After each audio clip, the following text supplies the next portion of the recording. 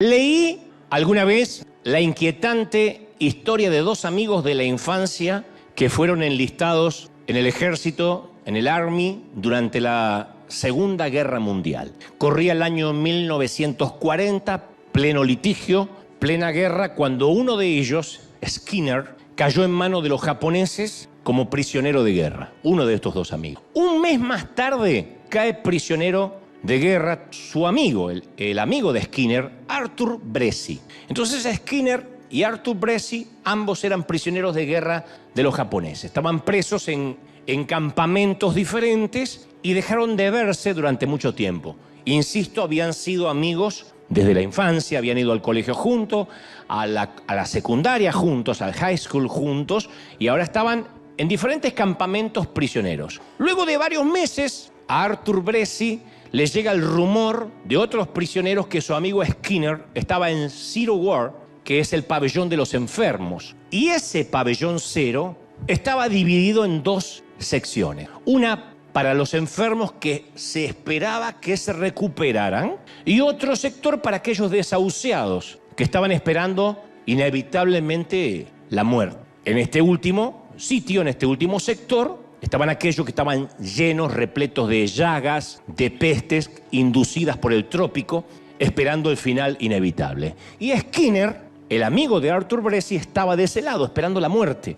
Cuando Arthur se entera que su amigo está en el pabellón de los casi muertos, le pide a un guardia japonés visitar el lugar para ver a su amigo por última vez. Pero pedir visitar el otro campo era pedir una bayoneta en el estómago. Los japoneses no eran condescendientes con los prisioneros estadounidenses. Por alguna razón obtuvo favor con un guardia, le dieron una bandera blanca montada en un palo de bambú, un pase y le dijeron 5 minutos, solo tienes 5 minutos. Entonces Arthur llega al sector de los casi muertos, la zona cero, el pabellón cero, se apoya en la cerca de alambre de púas y grita el nombre de su amigo. ¡Skinner! Y entonces, tambaleándose, lenta y dolorosamente, llegaron los restos de un cuerpo humano. La última vez que se habían visto, Skinner pesaba 90 kilos, o sea, 198 libras. Ahora era un esqueleto de menos de 35 kilos, 77 libras. Entonces el cuerpo de Skinner era un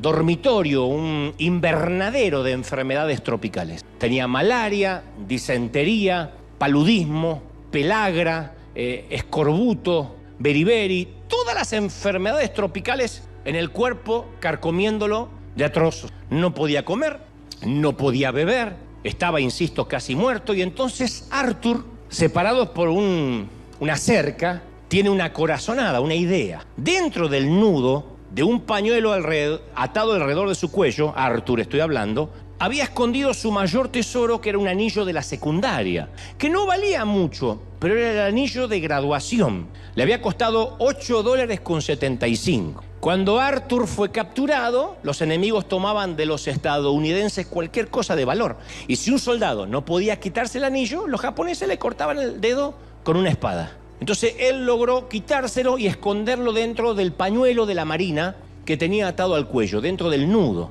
Y ahora, viendo a su amigo Skinner del otro lado de la cerca y no habiendo guardias merodeando a la vista, rápidamente le pasa su anillo a través de la cerca y le dice: esto es tuyo, Skinner.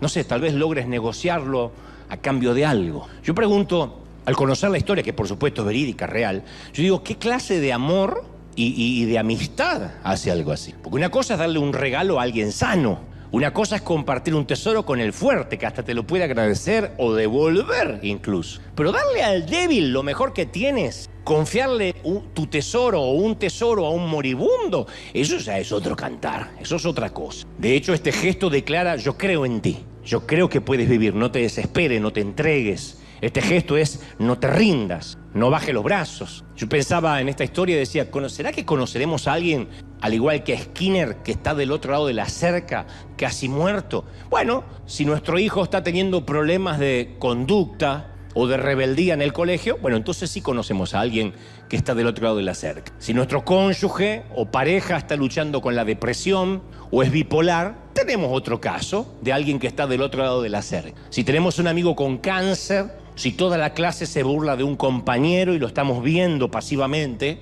Si alguien que conocemos tiene miedo, fracasa o ha fracasado o se siente frágil, entonces conocemos a alguien que estoy convencido que también necesita un anillo.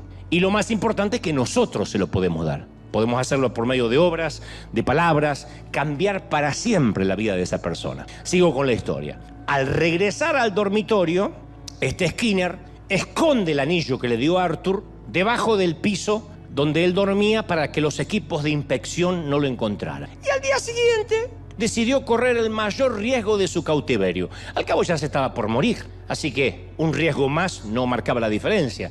Decidió confiar en un guardia japonés. Hizo una seña y le pasa el anillo a través de la cerca al guardia japonés. Y el japonés dice: Ichiban, Takai.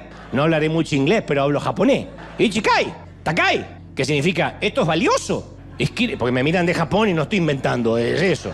Skinner le hace una seña dando a entender que sí, que es valioso. Entonces rápidamente el guardia desliza el anillo en su bolsillo y se fue. Días más tarde, el guardia, que no tenía ninguna obligación para con él, pero que agradecía el gesto del anillo, pasa por delante de Skinner y le tira un paquete a los pies. Y eran tabletas de sulfanilamida, que es un compuesto de sulfa que le ayudaría a eliminar las infecciones en las vías urinarias, para comenzar, porque no podía orinar. Al día siguiente regresa con una cestita de limas para combatir las bacterias del escorbuto y el pelagra, que son los que terminan matando incluso de un infarto a quien porta estas bacterias. Después le llegan unos pantalones, unos shorts, un poco de carne enlatada, y comienza Skinner a curarse las llagas de la boca con estos medicamentos. Finalmente puede masticar la comida. Skinner ahora podía comer, podía digerir, podía retener su peso. En menos de 3 semanas Skinner estaba en pie, lo cual antes se arrastraba, literalmente reptaba. Ahora podía estar de pie. En menos de 3 meses lo llevan al sector de los enfermos en recuperación, los que tenían esperanza de salir. Y con el tiempo fue capaz de trabajar dentro de la prisión. Y fue el único americano en la historia que salió con vida del pabellón 0 de los japoneses. Todo por un anillo. Todo porque alguien creyó en él y le dio a un moribundo a ver si podía hacer algo con esa alianza. Ahora, insisto, Skinner no era la única persona a la que le dieron un anillo. Nosotros también llevamos uno en el dedo. Jesús describió esto cuando contó la historia del hijo pródigo, que el hijo reclama su herencia prematuramente, se muda a Las Vegas, despilfarra el dinero en tragamonedas y en mujeres, y con la misma rapidez del blackjack queda en la ruina. Como es demasiado orgulloso para regresar a casa, consigue un trabajo limpiando sitios donde hay puercos o establos en el hipódromo. Cuando se sorprende que está probando el alimento de los caballos, dice: hasta acá llegué, es hora de volver a casa. Así que emprende el viaje de regreso y va ensayando su discurso de arrepentimiento. Pero el padre, dice el Señor en la historia, ve las cosas de otro punto de vista. Literalmente las Escrituras dicen que cuando todavía estaba lejos, su padre lo vio, tuvo compasión, corrió, se echó a su cuello y lo besó. Yo leo la historia una y otra vez y yo no espero una respuesta así. El chamo el chaval, el pibe, lo que quieran llamarlo en cada país, dilapidó la fortuna, se portó como un canalla, como un botarate. Así que yo mínimamente espero que el padre se cruce de brazos y tenga un aspecto furioso para que aprenda. O como mínimo una reprimenda. Pero el padre no hace nada de eso. El Señor dice que en su lugar le da abrazos, besos y regalos. Traigan el ternero engordado, carne argentina de los campeones del mundo, y matadlo. Comamos y regocijémonos y denle un anillo. Vestido, sandalia, ternero argentino y sí, anillo. Antes de que el chico tenga tiempo de lavarse las manos, ya tiene un anillo en el dedo. Y en la época de Cristo, los anillos eran símbolo de soberanía delegada. O sea que el portador del anillo podía hablar en nombre del dador del anillo. Lo habrán visto en películas, que se usaba para imprimir un sello en cera blanda para validar una transacción. Lo hacían los reyes. Entonces el que llevaba el anillo hacía negocios en nombre del que se lo había dado. Yo digo, habríamos hecho lo mismo. Le habríamos dado al hijo pródigo el poder y los privilegios de representarnos en nuestros asuntos después de la canallada que hizo. ¿Le habríamos confiado una nueva tarjeta de crédito? Tu hijo te pide la poca herencia que tiene, se la gasta toda y de regreso le dices: toma, hijo, te traje una visa por si necesitas algo, úsala. ¡Ni loco! ¿Le daríamos nuestro anillo? Antes de que cuestionemos la sabiduría del Padre, recordemos que en esta historia nosotros somos el Hijo, no el Padre. Y cuando llegamos a la casa de Dios, se nos dio autoridad para hacer negocios en el nombre de nuestro Padre Celestial. Cuando predicamos la verdad, fungimos como embajadores de Dios. Cuando manejamos el dinero que Él nos permite ganar porque nos da salud para trabajar, somos sus administradores, ¿sí o no? Cuando perdonamos, somos sus sacerdotes. Cuando promovemos la sanidad, somos sus médicos. O sea, tenemos voz y voto en la casa de Dios, porque Él nos pone un anillo. Y lo más asombroso, mis queridos, de habernos dado el Señor un anillo de gracia, es el hecho de que nunca nos pidió que se lo devolvamos. ¿No hubo momentos en que el Señor tuvo motivos para pedirnos de vuelta el anillo?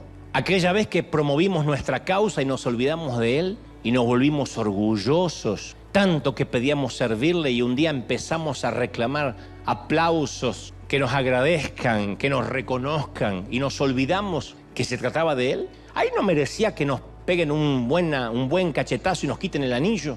Cuando mentimos, cuando exageramos para hacer ver que tenemos algo que no, cuando tomamos los dones que Dios nos dio y lo usamos para nuestro provecho, cuando le pedimos al Señor que por favor nos bendiga y nos saque de la deuda para que cuando eso ocurra dejamos de venir a la iglesia y nos olvidamos de cuando necesitábamos, cuando regresamos a Las Vegas y nos sedujeron las luces de neón, la suerte y la noche de parranda y relajo y tequila. ¿No tendría que habernos quitado el anillo? Por supuesto que sí. ¿Tenía derecho? Sí. Nadie dice amén. Yo sé que no, pero tenía derecho. Ahora, ¿lo hizo o no lo hizo? ¿Todavía tenemos una Biblia? Sí. ¿Todavía se nos permite orar? Sí. ¿Todavía podemos escuchar un mensaje en la iglesia, aquí, presencial o en casa? Sí. O sea que si me estás oyendo de casa o viendo de casa a través de un dispositivo es que tienes dinero para sobrevivir o todavía alguna habilidad que puedas usar. ¿Sí o no? Sí. A mí entonces me da la impresión que Dios quiere que sigamos llevando el anillo a pesar de lo cabezones que somos. Parece que sigue creyendo en nosotros. Increíble. Podrías mirar a tu derecha y a tu izquierda y decir, increíble que crean este Dios. Mirá vos. Increíble que crean esta. Y como el otro también te está mirando, también va para ti. Dios no se rindió con nosotros. Dios no nos dio la espalda. Dios sigue creyendo en ti. Dios sigue creyendo en mí.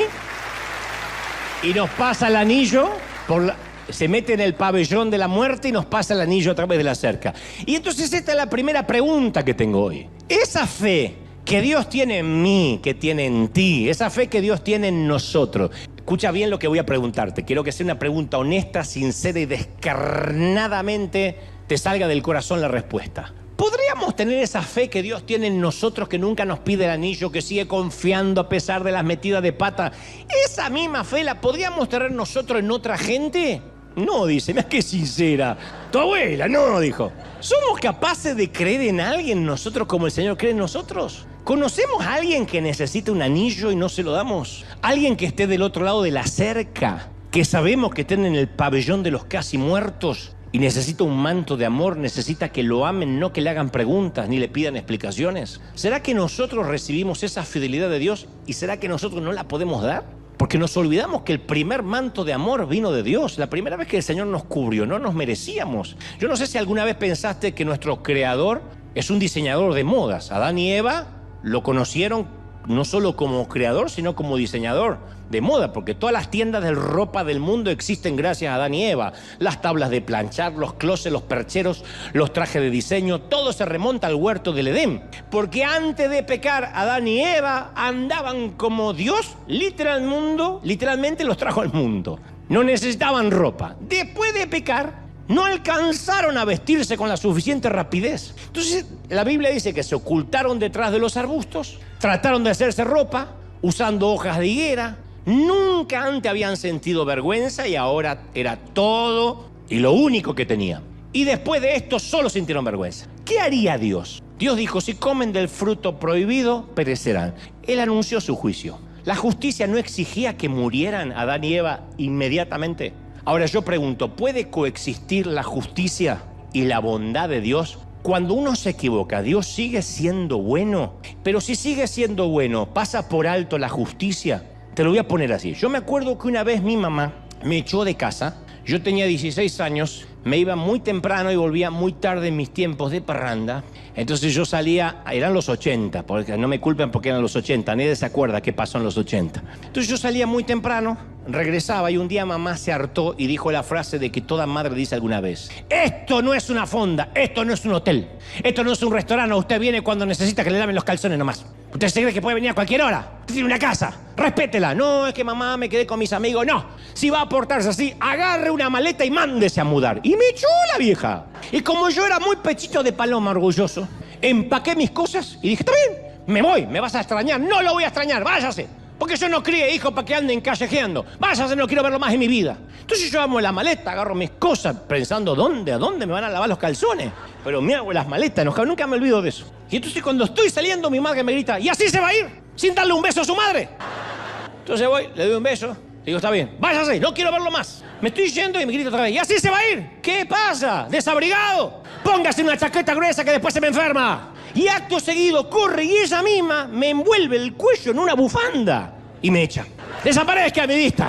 Yo decía: ¿quién echa a su hijo y le pide que se abrigue y lo envuelve con una bufanda? Una madre que aún sigue amando a su hijo. Una madre que mezcla justicia con el amor incondicional que no va a cambiar porque el hijo es un cabezón. Entonces Génesis 3:21 cuenta eso. Y Dios hizo al hombre y a la mujer túnicas de pieles y los vistió. Después del pecado los vistió. Y esta frase tan sencilla, los vistió, muestra 3 escenas poderosas. Número 1, Dios mata a un animal por primera vez, o por lo menos la primera vez desde que se tiene registro. En la historia de la tierra, por primera vez el suelo se mancha de sangre inocente. El animal no cometió pecado. La criatura no merecía morir. Adán y Eva sí merecían morir. La pareja merecía morir, pero vivió. El animal merecía vivir, pero murió. Escena 2, les confecciona ropa. El que diseñó las estrellas se convierte en sastre de Adán y Eva. Y escena 3, Dios los viste. No le tira la ropa a los pies. Ahí tienen, vístanse y desaparezcan.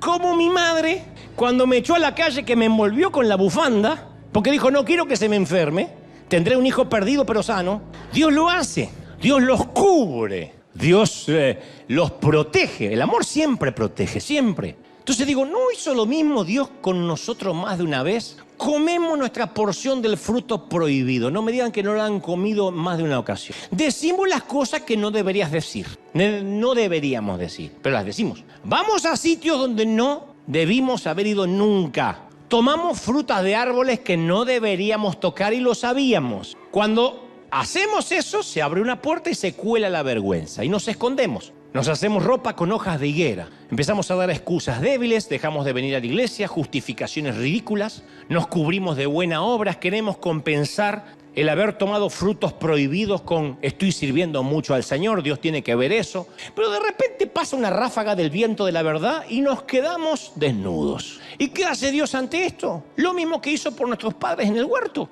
Derrama sangre inocente, ofrece la vida no de un animal, sino de su hijo.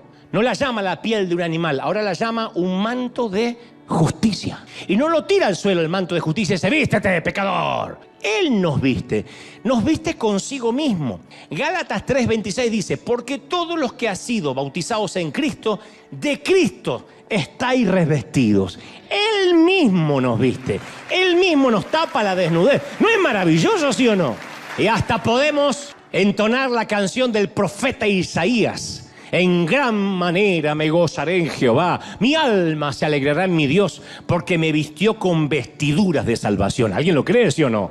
Me rodeó de manto de justicia, como a novio me atavió, como a novia adornada con sus joyas. Eso decía el profeta. Entonces Dios siempre nos cubre, siempre nos protege y hace por nosotros lo mismo que hizo por la mujer adúltera. La protegió de las piedras. ¿Cuántas veces nos protegió de las piedras? ¿Cuántas veces? Como a los discípulos nos protege de la tormenta. ¿Cuántas tormentas Dios nos protegió? Nos protege de una mala relación, nos protege de amigos que no lo son. De repente se corta una relación y no entendemos por qué. Cuando alguien de pronto te corta, no insistas, porque Dios sí escucha las conversaciones que tú no.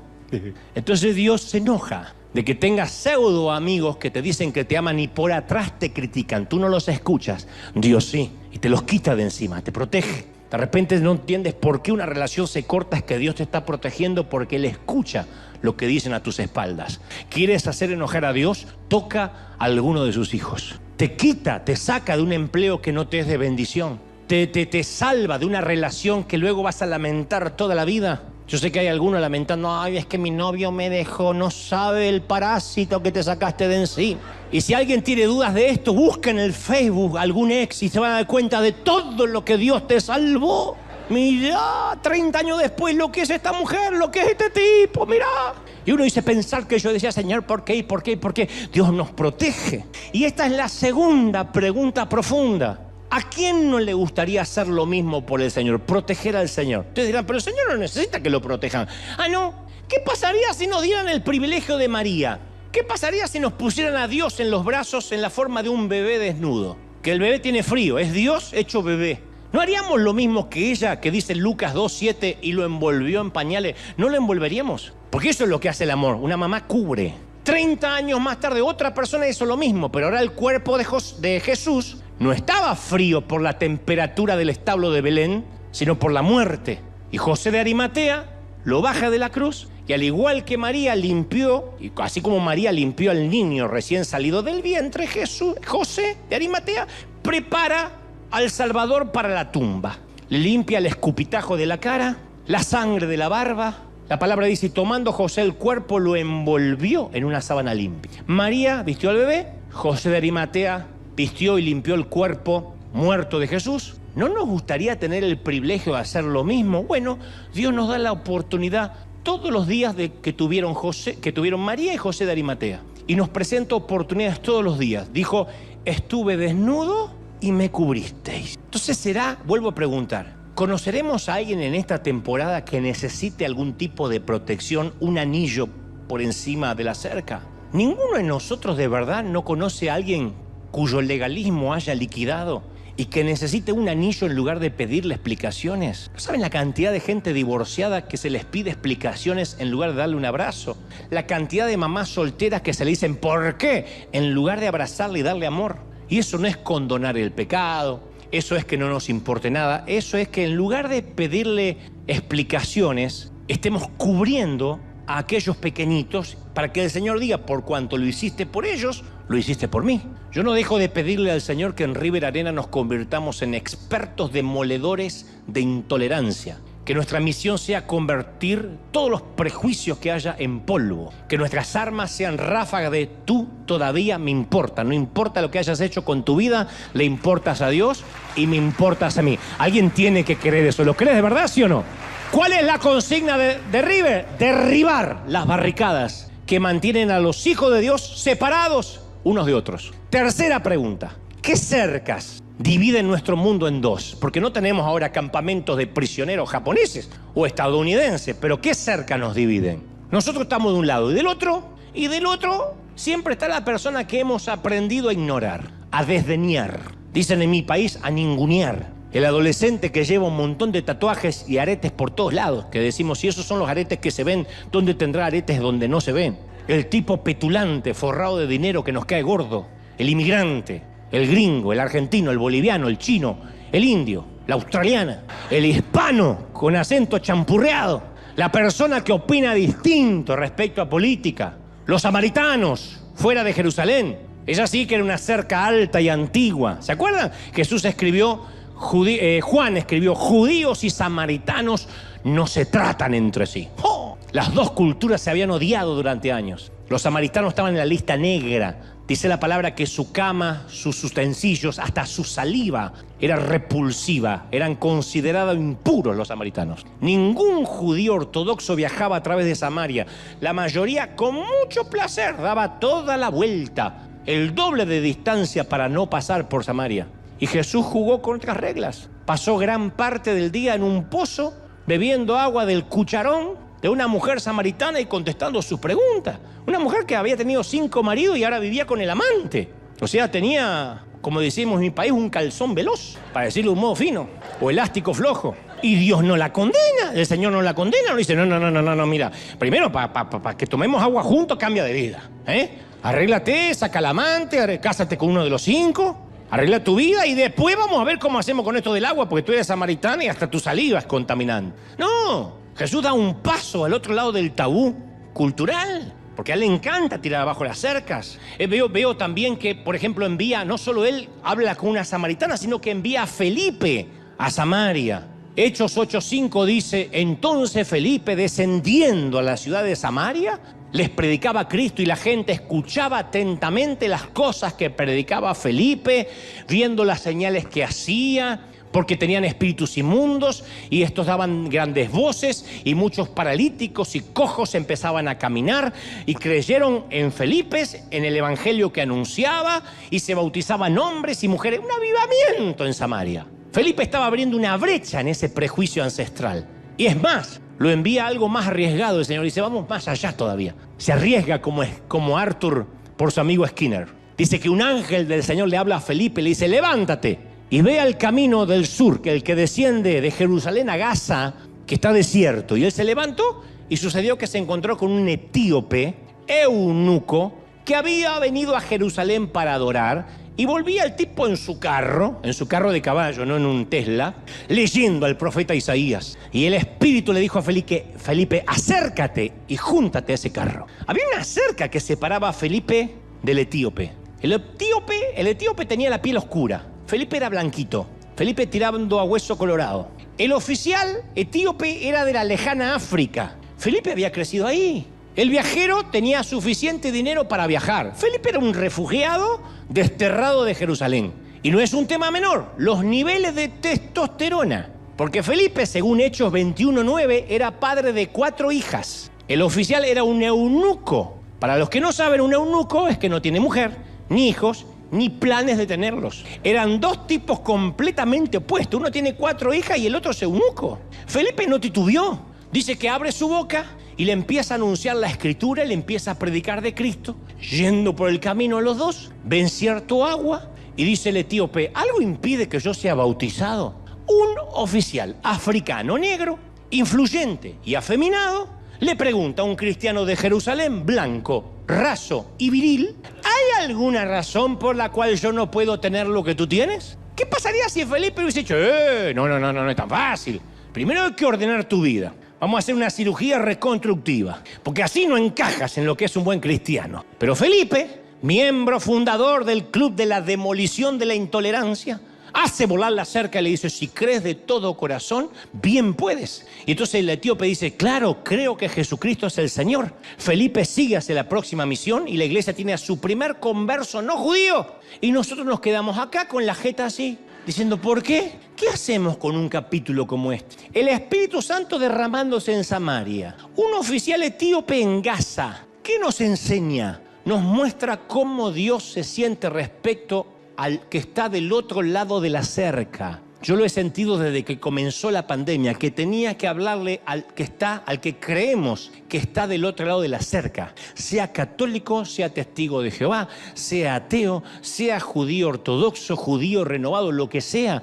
Hay alguien que por alguna razón pusimos al otro lado de la cerca y Dios dice, yo también lo amo, yo tengo un plan, yo morí por él, no solo por nosotros. ¿Lo creemos de verdad, sí o no? Efesios 2:14. Porque Él es nuestra paz. Di conmigo, nuestra paz. Para que de ambos pueblos hizo uno, derribando, dice Efesios, la pared de separación, aboliendo en su carne las enemistades, la ley de los mandamientos expresados en ordenanzas, para crear en sí mismo de los dos un solo hombre, haciendo la paz, y mediante la cruz reconciliar con Dios a ambos en un solo cuerpo, matando las enemistades. O sea, vas a tener que amar a tu suegra. ¿Quiénes son nuestros samaritanos? ¿Quiénes son nuestros eunucos africanos etíopes? ¿De quién nos enseñaron a desconfiar? ¿A qué tipo de gente evitamos? Yo me crié en una iglesia legalista donde decían, cuidado en esas iglesias que aplauden. Cuidado en esas iglesias donde las hermanas usan pantalones, porque eso tienta a los hombres.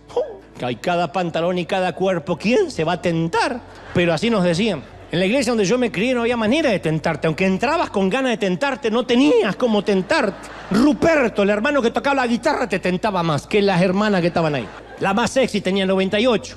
Pero nos enseñaron a desconfiar. Entonces, hay un momento en que uno tiene que quitar unas cuantas cercas. Entonces Dios nos empieza a llevar adrede a ciertas Samarias para que con nuestro anillo de fe le salvemos la vida. Entonces, cuando uno se encuentra con gente como el eunuco etíope, tan distinto a nosotros, uno tiene que aprender que no debemos permitir ni que la clase, ni la raza, ni el género, ni la política, ni la cultura entorpezcan el trabajo de Dios. Ayer me llegó un mail así de un querido consiervo a quien le mando un beso. Después de esto ya no me va a mandar más besos. Que me dijo: Dante, ¿sabes por qué crece River? Porque ahí dejas entrar a cualquiera.